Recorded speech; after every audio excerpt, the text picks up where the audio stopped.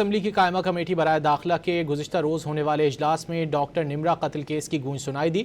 MQM Pakistan के रुकन Sindh assembly Shariq Jamal ने कहा कि डॉक्टर निम्रा कत्ल केस के वाक़े को 7 साल से ज़ायद का अरसा गुजर गया है, लवाहिकीन को आज तक इंसाफ नहीं मिला। इसी हवाले से बात करेंगे। हमारे साथ मौजूद हैं डॉन न्यूज़ के नुमाइंदे इमरान आहद खान। इमरान, बताइए क्या कहना है उनका मजीद। बिल्कुल, डॉक्टर निम्रा की केस की बात की जाए तो 2019 में ये केस हुआ था।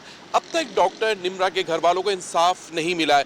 इसी हवाले से गुज़िश्ता रोज़ भी सिंध असम्बली की जो कायमा कमेटी है दाखिला की, उसमें भी निम्रा के हवाले से जो इंसाफ नहीं मिला है उस पर बातचीत हुई है। हमारे साथ रुकने सूबाई असम्बली मौजूद है शारिक जमाल। आए इनसे ही बात करते हैं क्योंकि कायमा कमेटी में इन्होंने ही बात की थी कि निम्रा को अब तक इंसाफ नहीं मिला है।